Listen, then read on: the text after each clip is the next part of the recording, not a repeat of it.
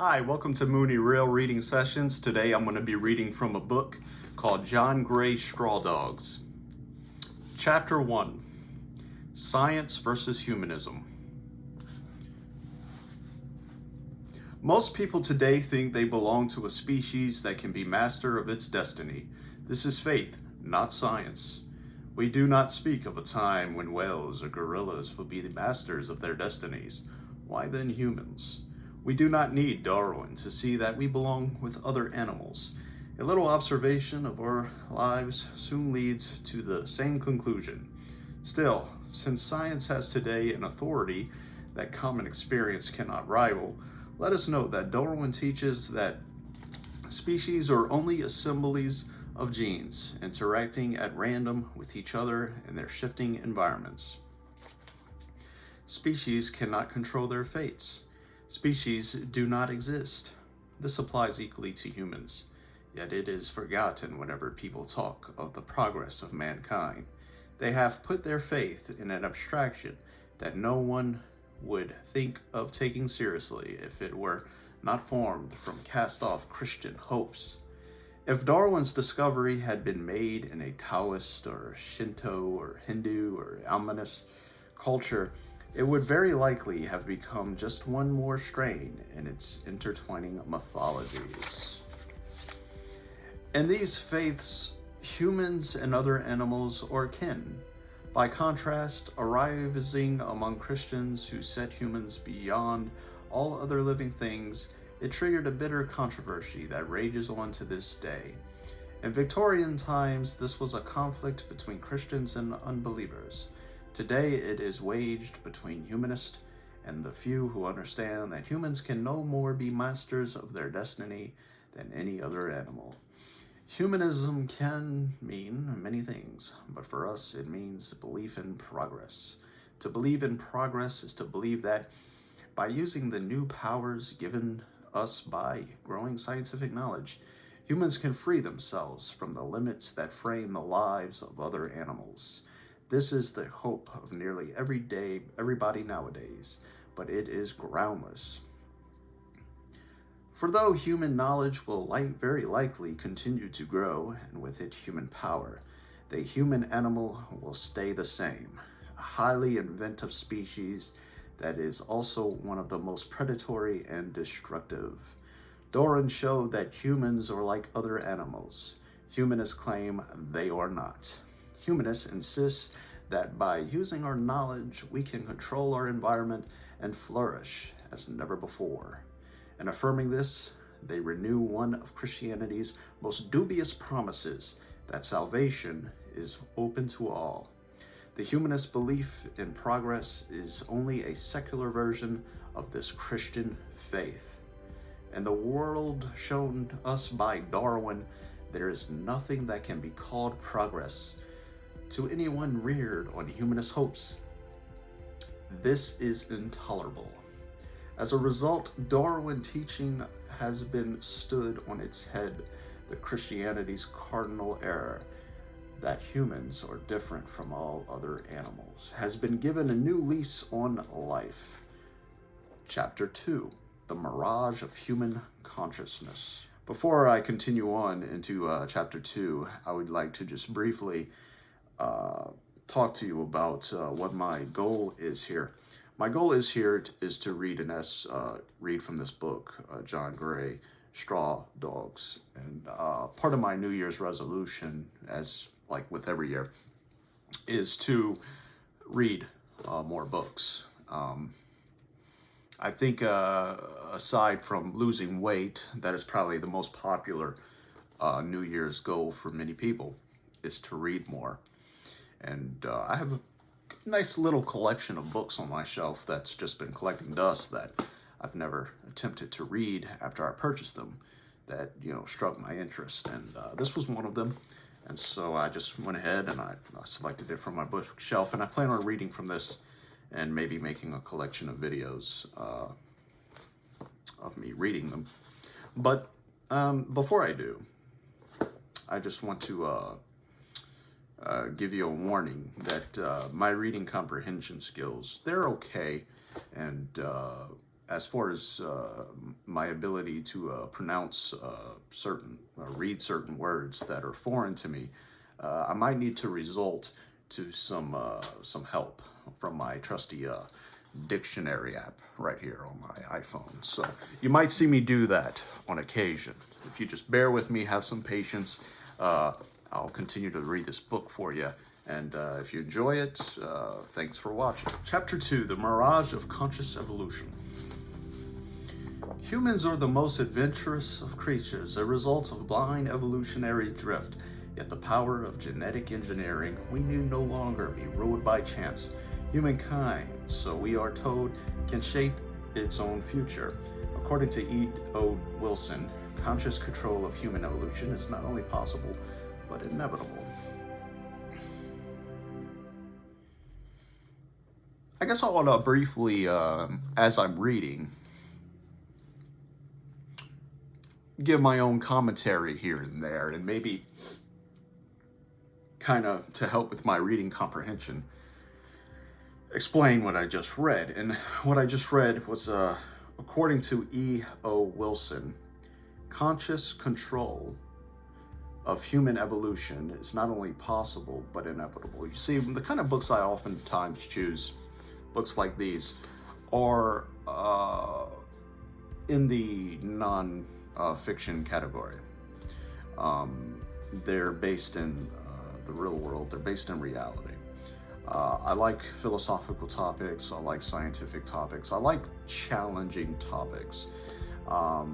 Even if a lot of times these topics, granted, go over my head. You know, I am no scholar. I am a gentleman, but I am no scholar. I do like to challenge myself with these kind of reads. I don't know, they're still fascinating to me, even though I don't always comprehend what I am reading. Genetic evolution is about to become conscious and volitional. Hey Siri, what is the definition of volitional?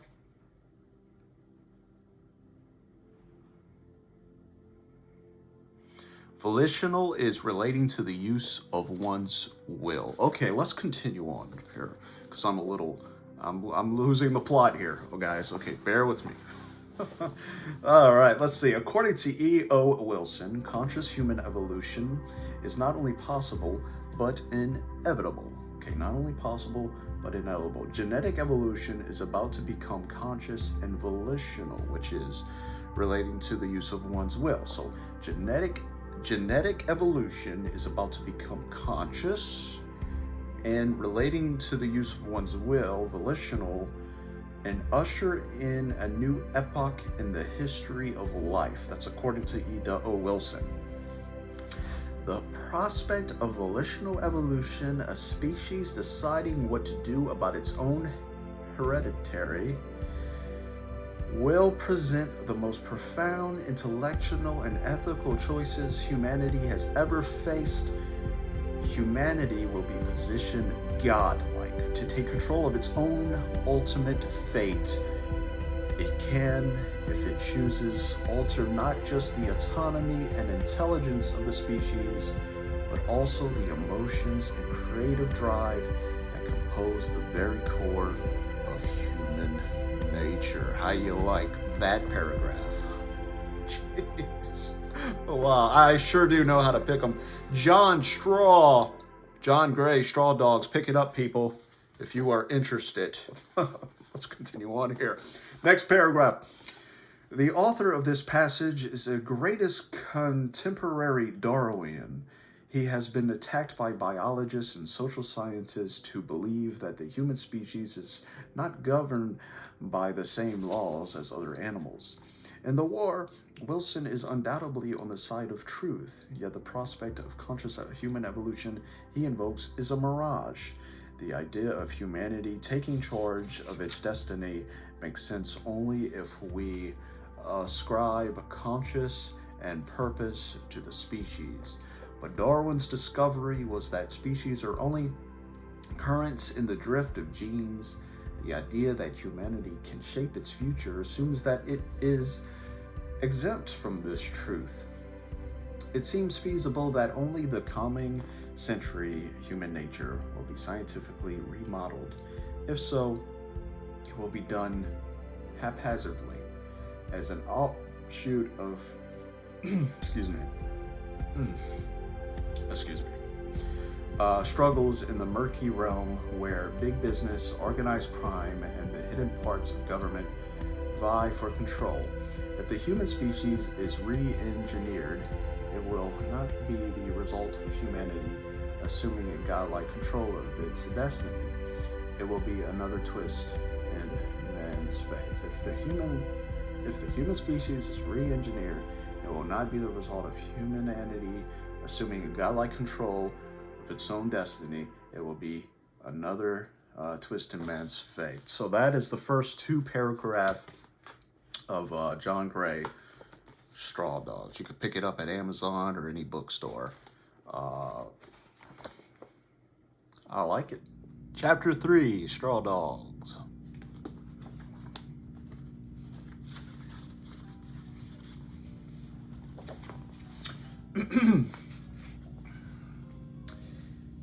Disseminated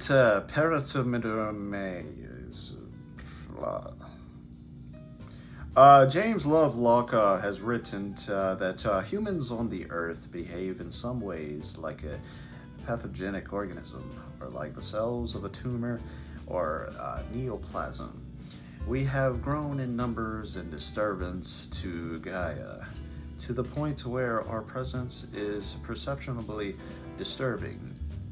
The human species is now so numerous as to constitute a serious planetary malady. Gaia is suffering from disseminated prematermia, a plague of people. Jeez. This book's pretty pessimistic so far. Okay, around 65 million years ago, the dinosaurs and 3/4 of all other species suddenly perished. The cause is disputed, but many scientists believe that humans were the cause. No, I'm just kidding. Let me reread that. The cause is disputed, but many scientists believe the mass extinction was the result of a meteorite colliding with the Earth. Today's species are disappearing at a rate that is set to surpass the last great extinction. The cause is not any cosmic catastrophe. As Lovelock says, it is a plague of people. Darwin's dice have rolled badly for Earth. Wilson points out the lucky throw that brought the human species to its present power has meant ruin for countless other life forms. When humans arrived in the New World around 12,000 years ago, the continent abounded in mammoths, mastodons, camels, giant ground sloths, and dozens of similar species. Most of these indigenous species were hunted to extinction. North America lost over 70% and South America 80% of its large mammals, according to Diamond. The destruction of the natural world is not the result of global capitalism, industrialization, Western civilization, or any flaw in human institutions. It is a consequence of the evolutionary success of an exceptionally rapturous primate. Throughout all of history and prehistory, human advance has coincided with ecological disaster. It is true that a few traditional peoples lived in balance with the earth for long periods. The Inuit and the Bushmen stumbled into ways of life in which their footprint was slight. We cannot trend the earth so lightly. Homo sapiens, Homo rapiens, There's no S. Homo rapiens. Wait. Homo rapiens. See that? Homo rapiens. Let's continue. We cannot trend the earth so lightly. Homo sapiens have become too numerous. Is that a play on words or something? I'm confused by that. But anyway, the study of population is not a very exact science.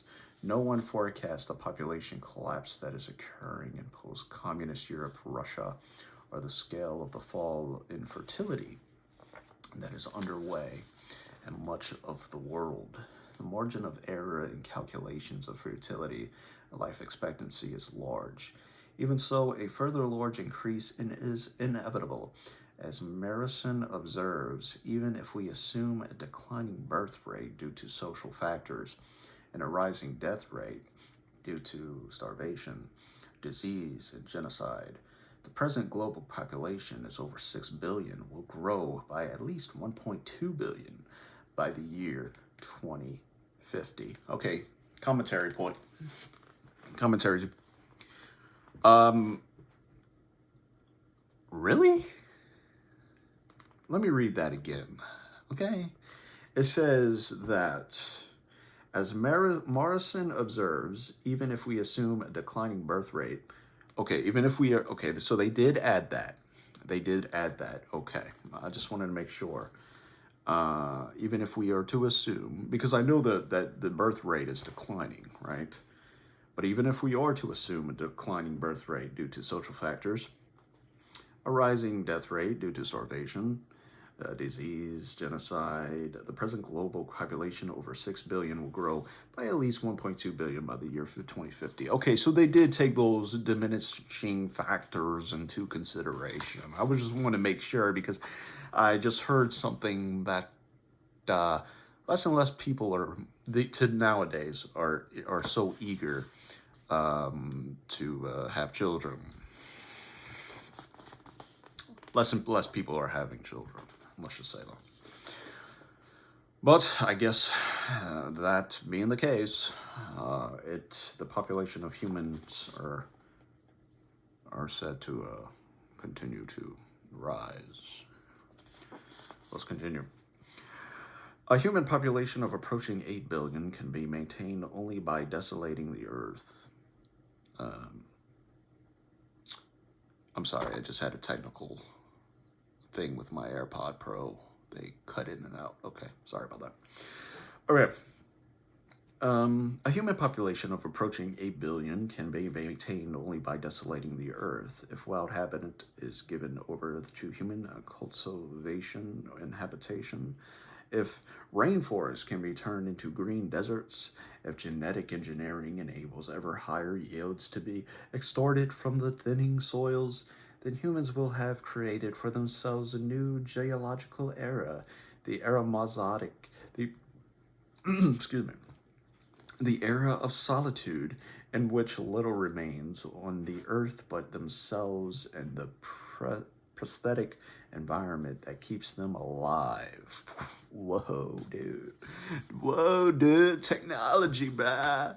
Technology gonna save us, bruh. Okay. It is a hideous vision, but it is only a nightmare. Tell me about it. Can you imagine a future where it's all technological, like everything is just man-made, like fuck nature kind of thing? Shit. Okay. Either the Earth's self-regulating mechanisms will make the planet less habitable for humans, or the side effects of their own activities will cut short the current growth of their numbers.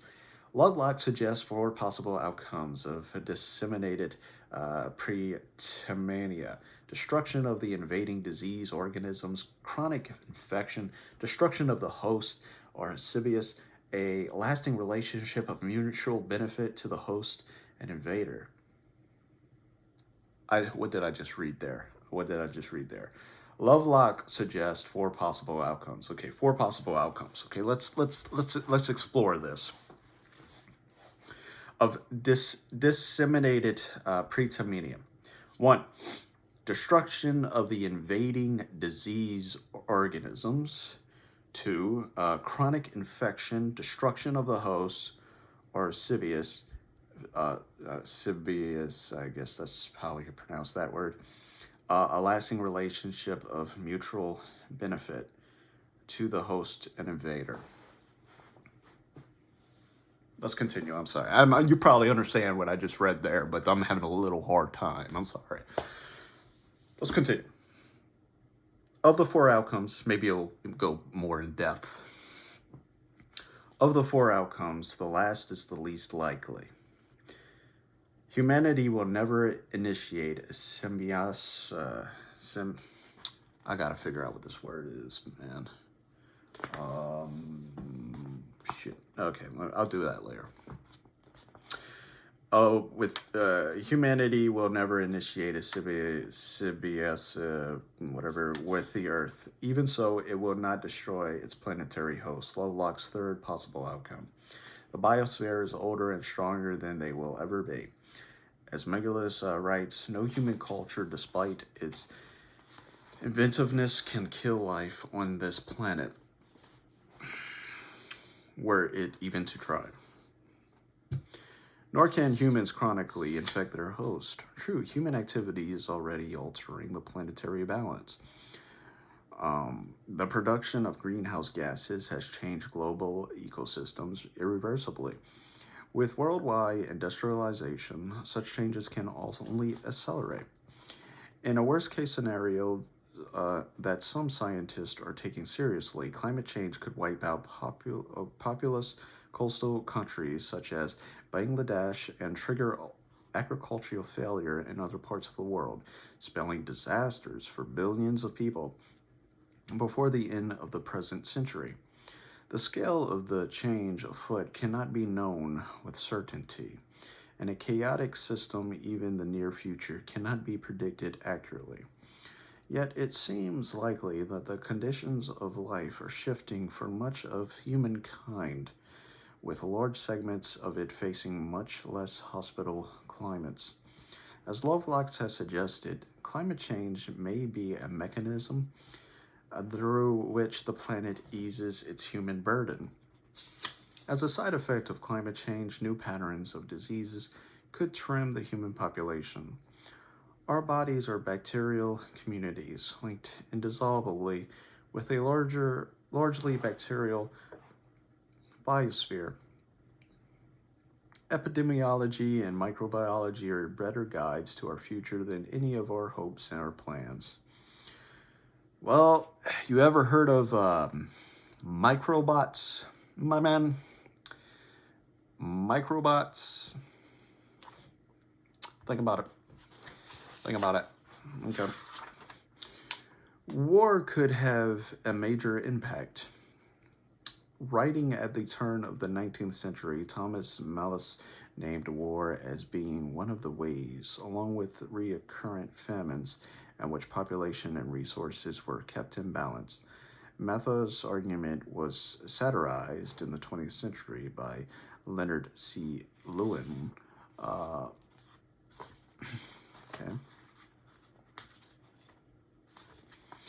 who said, "Man, like all other animals, is subject to the continuing process of adapting to the limitations of its environment. But the principal mechanism he has utilized for this purpose is unique among living creatures.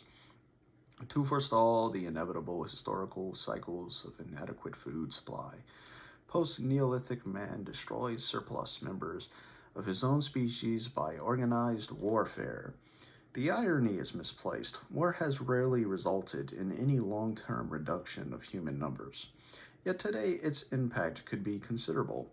It is not only that weapons of mass destruction, notably biological and soon genetic weapons, are more fearsome than before, more than their impact on the life support systems of human society is likely to be greater. A globalized world is a delicate construction. A vastly greater population than hitherto is dependent on force-flung supply networks. And any war on the scale of the larger conflicts of the 20th century could have the effect of culling the population in the way Malthus described. In 1600s, the human population was about 500 million. In the 1900s, it increased by the same amount. People who are now over 40 have lived through a doubling of the world's human population. it is natural for them to think that these numbers will be maintained. Natural, but unless humans really are different from all other animals, mistaken. The human population growth that has taken place over the past few hundred years resembles nothing so much as the spikes that occur in the numbers of rabbits, house mice, and plague rats. Like them, it can only be short-lived. Already, fertility is falling throughout much of the world. As Morrison observes, humans are like other animals in responding to stress. They react to scarcity and overcrowding by tuning down the reproductive urge. Wow. Did you grasp that? Because I certainly did. Humanity is tuning down reproductive urge as a result of the conditions in which we live today. Pretty scary stuff. Continue. Many other animals seem to have a hormone-regulated response to evolutionary stress that switches their metabolism into a more economical mode whenever resources become scarce. Inevitably, the energy-hungry processes of reproduction are the first to be targeted.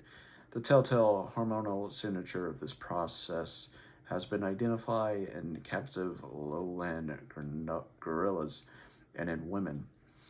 In responding to environmental stress by ceasing to breed, humans are no different from other mammals. The current spike in human numbers may come in an end for any number of reasons. Climate change, new patterns of disease, the side effects of war, a downward spiral in the birth rate, or a mix of these and other unknown factors. Whatever brings about its end, it is an aberration. If the human plague is really as normal as it looks, then the collapse curve should mirror the population growth curve.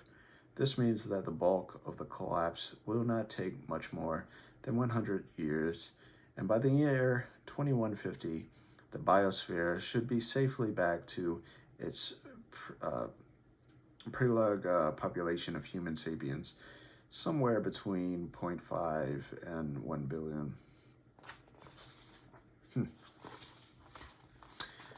Humans are like any other plague animal. Wow. This book, according to this book, humans are like any other plague animal. Mr. Anderson. Okay, let's continue. You got that quote? I love that quote from the Matrix. Let's see if I could quote it. Human beings are a disease, a cancer to this planet, and we are the cure. They cannot destroy the earth, but they can easily wreck the environment that sustains them. The most likely of Lovelock's 4 outcomes is a version of the first, in which disseminated pyramidemia is cured by a large-scale decline in human numbers. That was chapter 3 of Straw Dogs. Thanks for watching.